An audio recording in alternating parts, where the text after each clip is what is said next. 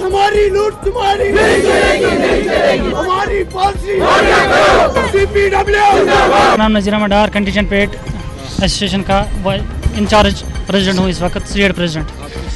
हम यहाँ education department की तरफ से है, क्योंकि हम जो कंटीजेंट पेड यहाँ एजुकेशन डिपार्टमेंट में पिछले 20 सालों से काम कर रहे हैं कि हमारे साथ नाइंसाफ़ी की गई है। हमें उम्मीद थी कि हम इस SRO 520 में आएंगे, मगर उसमें हमको लाया नहीं गया।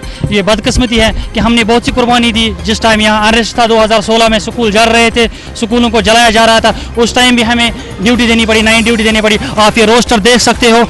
हाँ, इसमें हमारी एक लेडीज़ है, लेडीज कंटीजेंट पेड, उसको भी 9 ड्यूटी थी। उस टाइम हमने स्कूल बचाए, मगर उसके सिला में हमें कुछ नहीं मिला। जब इलेक्शन हो रहा है यहाँ, चाहे panchayat election, parliament election, assembly election, उस टाइम भी हमें ड्यूटी देनी पड़ती है। अब हम गवर्नमेंट से गुजारिश करते हैं कि हमारी पॉलिसी को वाजिया करो। हम मैडम महबूबा मुफ्ती जी और फाइनेंस मिनिस्टर हसीब द्राबू साहब और अपने एजुकेशन मिनिस्टर अल्ताफ हुसैन बुखारी साहब को पुरजोर इल्तिमास करते हैं कि हमारी पॉलिसी को वाजिया करो। अगर हमारी पॉलिसी एक हफ्ते के अंदर वाजिया नहीं हो जाएगी, हम सड़कों पर आएंगे, हम डायरेक्शन ऑफिस घेराव करेंगे, हम डायरेक्शन ऑफिस में काम करने देंगे, और डिस्ट्रिक्ट हेडक्वार्टर पे भी जो भी CEO ऑफिस है उनको हम ताला चढ़ाएंगे। जो इस वक्त सुपर 50 कोचिंग चल रहा है, उनको भी हम बंद करेंगे।